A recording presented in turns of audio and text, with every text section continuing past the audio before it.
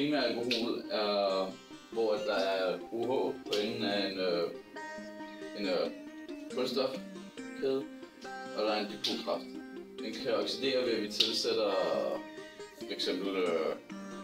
permanganat eller brom, og så får vi en aldehyd, hvor der er en dobbeltbinding til oxygen.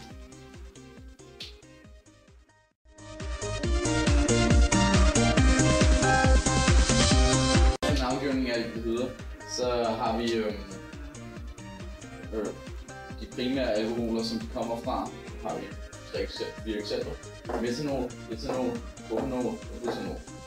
Når det er, at de oxiderer og bliver til aldehyder, så fjerner vi den brol fra dem og sætter A på stedet, så det bliver for eksempel metanal.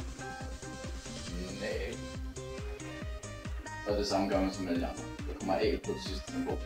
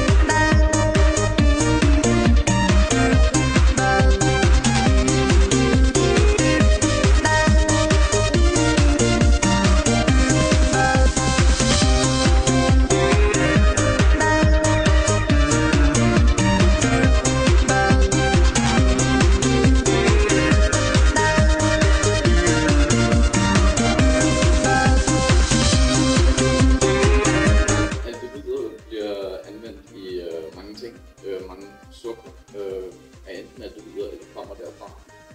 Desuden bliver det også meget brugt i kosmetisk industri, som bliver til at lave syntetiske naturduftstoffer, som f.eks. duften af kaskelotval eller uskusokse.